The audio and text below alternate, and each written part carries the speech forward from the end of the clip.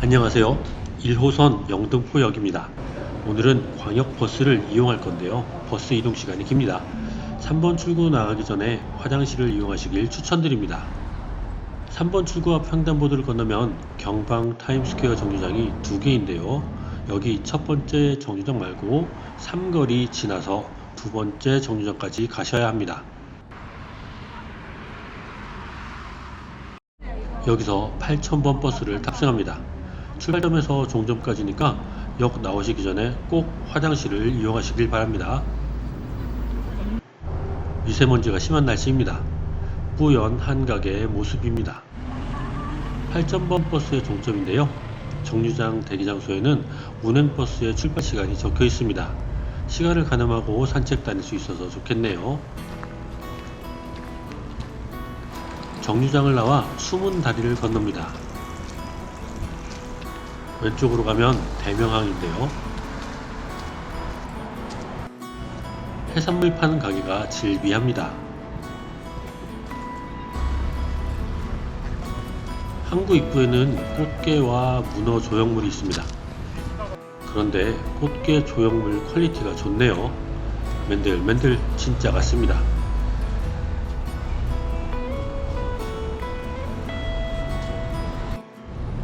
젓갈 건어물 시장을 지나면 대명항인데요. 군사기지 및 군사시설 보호구역으로 출입이 제한된다고 합니다. 파란 길도 항구 쪽으로는 펜스가 쳐져 있습니다. 여느 항구와는 다른 분위기네요. 쉼터 펜스는 그래도 깨끗한 유리로 되어 있어서 바깥을 보는데 큰 무리는 없어 보입니다. 항구 옆은 김포 함상공원입니다.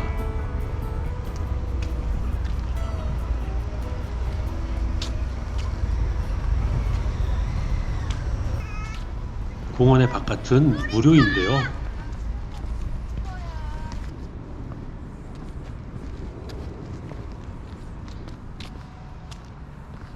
저 앞에 있는 큰 상륙함은 입장 시 유료입니다.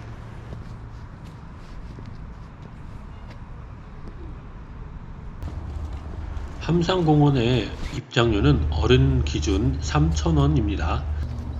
함상공원이 철제 상륙함을 개장해서 만든 곳이라 내부 구조가 협소하고 복잡하다네요.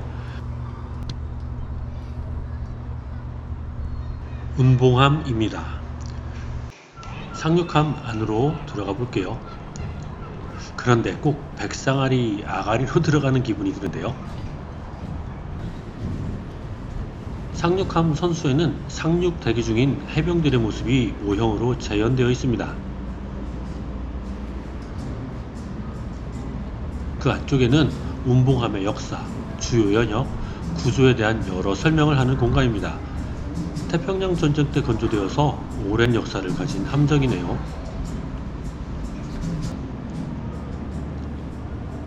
선내 1층 상륙칸이 연이어 재현되어 있습니다. 그리고 해군과 해병에 대한 공간이 있었는데요.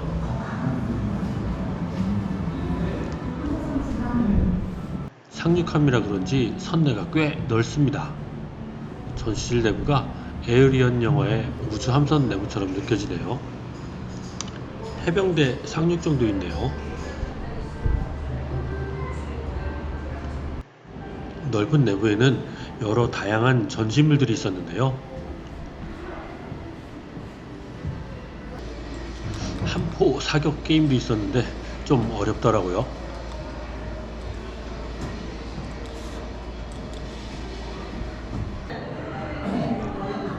위로 올라가면 함내 생활 공간이 재현되어 있습니다.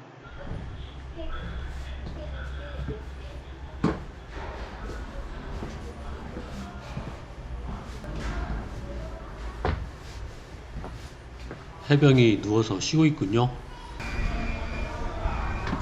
여기는 의료실일까요?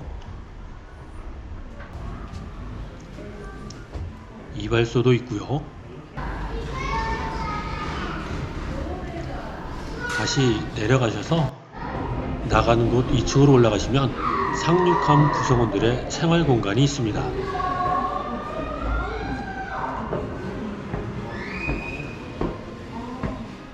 보수관실, 기관장실, 함장실, 작정관실, 정교화정실, 군의관실 등이 있는데 통로가 좁고 미로같이 얽혀 있어서 아이들이 길을 잃지 않게 주의하셔야 될 것 같습니다.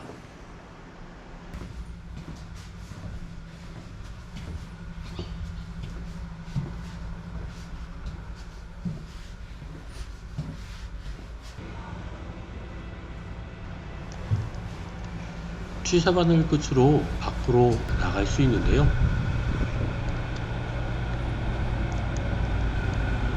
큰 함정이라 그런지 위용이 상당합니다.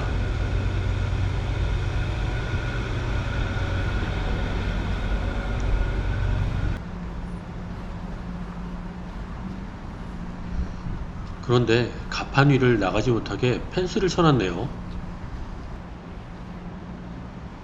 함교도 올라가지 못하게 통제를 해놨습니다.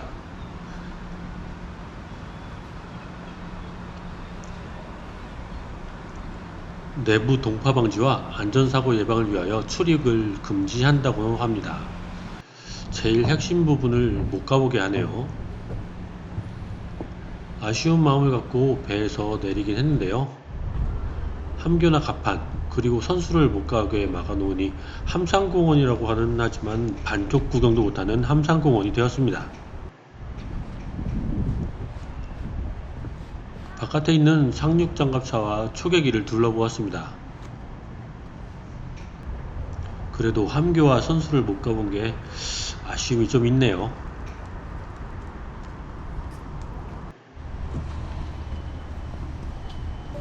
공원을 나와 왼쪽으로 나가면 과일시장이 열렸는데요.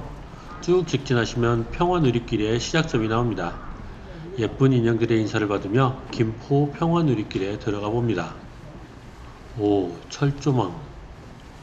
바로 느낌이 옵니다. 철조망 길이네요. DMZ의 간접 체험 같습니다.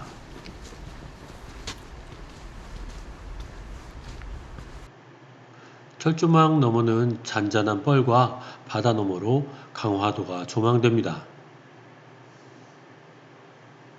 그리고 그 옆에는 개인호가 있네요. 소총 거치창도 보이고요.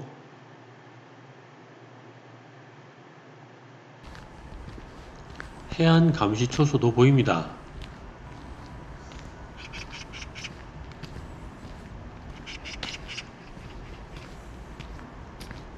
길 오른쪽은 갈대 너머로 추수를 마친 논이 길게 뻗어 있고요.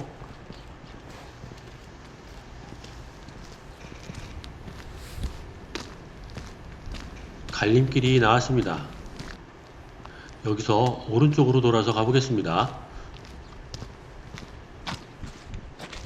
양조장을 지나 시골길을 계속 걸어갑니다.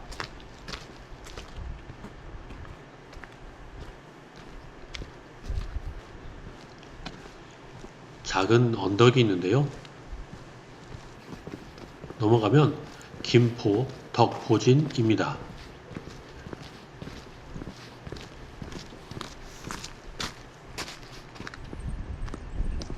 주차장을 들어가서 왼쪽으로 올라갈게요.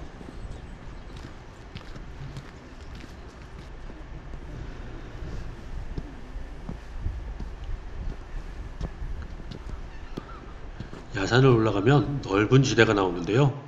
오른쪽으로 산책을 이어갑니다.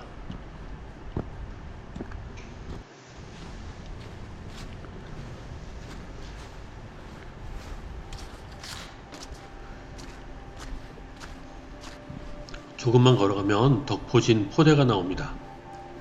덕포진 포대에는 처음 와봤는데요. 뭔가 색다른 모습에 놀랐습니다. 포대를 이루는 완만한 곡선도 그렇지만 포대에 뭔가가 덮여있네요.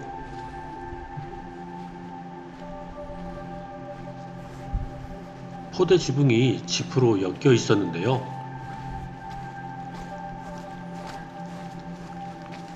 지붕 아래에는 기둥과 포대터가 있습니다. 폭우가 너무 낮아서 좀 의아했습니다.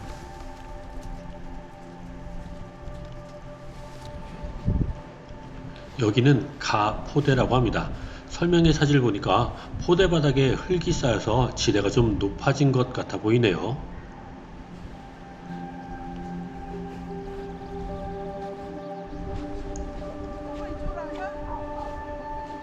가 포대에서 손돌묘 방향으로 산책을 이어갑니다.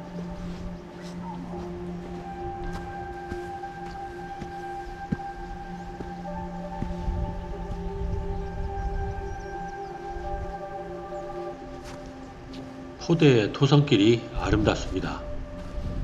왼쪽의 포구와 오른쪽의 포대, 지붕이 매우 신기하네요.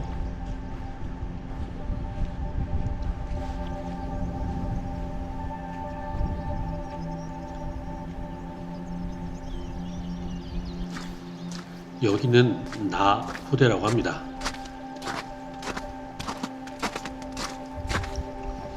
다음 언덕 너머에는 다 포대가 있었는데요. 여기는 지붕이 기와입니다.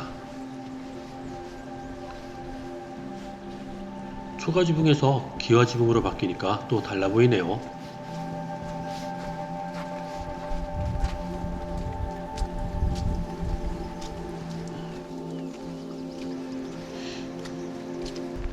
저 멀리 돈대의 끝자락이 보입니다. 손돌묘에 거의 다 도착했네요.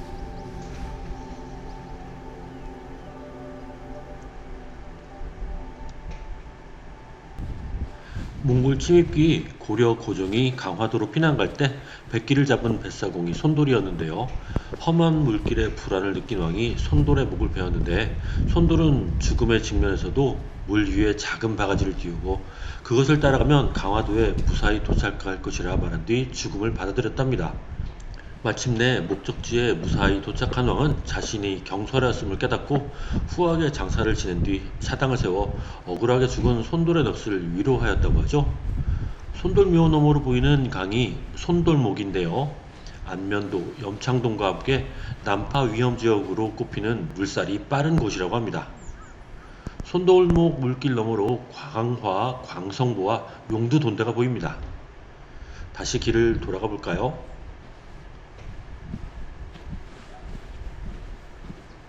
갈림길인데요. 왼쪽은 주차장으로 바로 가는 길인데요. 저는 오른쪽으로 왔던 방향으로 다시 가볼게요. 가포대로 다시 왔습니다. 여기서 해안 철책길로 가볼게요.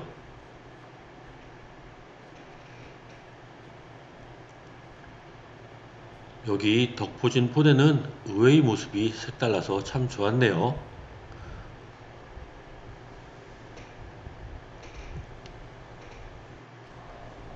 포대 앞에는 철책길이 있습니다.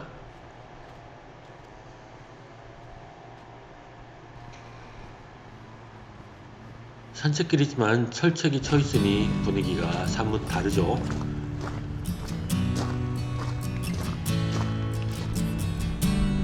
철책 너머 염화강과 광화의 모습이 멀리 보입니다.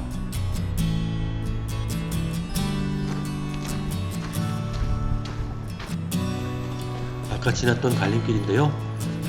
대명항으로 다시 원점 회귀하겠습니다.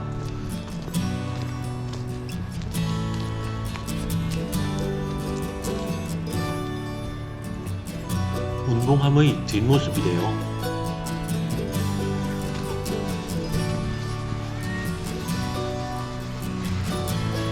가벼운 산책을 마치고 수산시장 구경도 하였습니다. 신선하고 값도 적당한 것 같았습니다.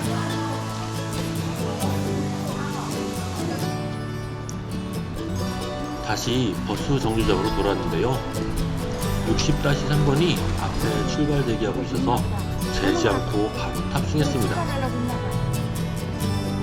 그런데 광역버스가 아니라서 모든 곳을 다 들리다 보니까 시간이 너무 많이 걸리더라고요. 앱을 이용해서 중간에 광역버스로 환승했습니다. 환승해서 타고 온 G6001번 버스는 당산역이 종점입니다. 당산역 광역환승센터에서 에스컬레이터를 이용해서 환승통로를 이용하면 지하철 2호선 당산역입니다.